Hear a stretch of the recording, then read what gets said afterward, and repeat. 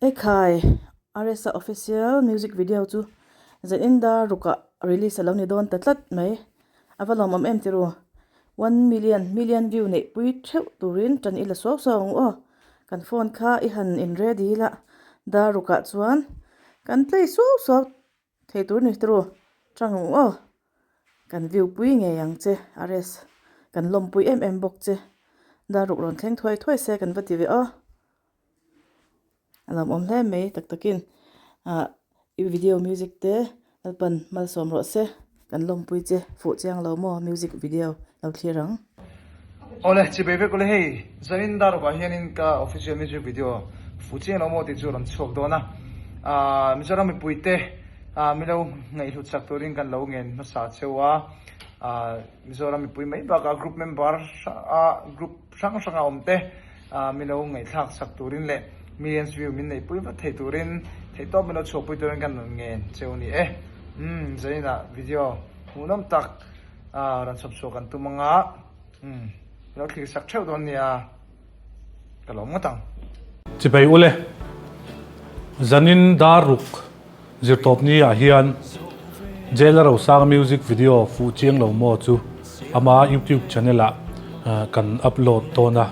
mi puite ngen du cheu kan neya khongai in he music video hi daka somni pali kan upload tanga atlin ma chu abikin YouTuber te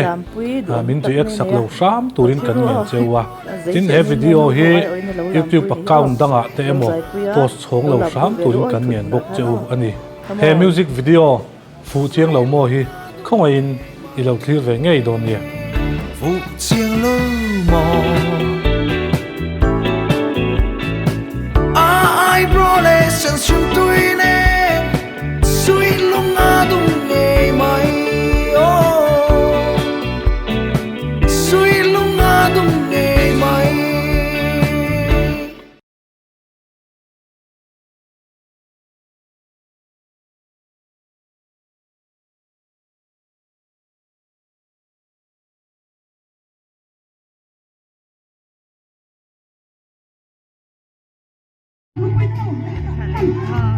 lâu lắm cần lắm rồi mặc nghề chiana vẫn đắng yang lurena những dài bỏ ta gì liền ya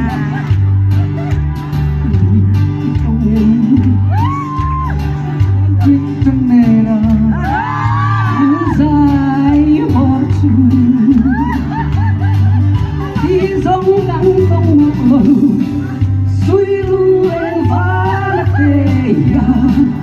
ông harung lên tâm na số tuổi linh sự đón lung lên tâm mana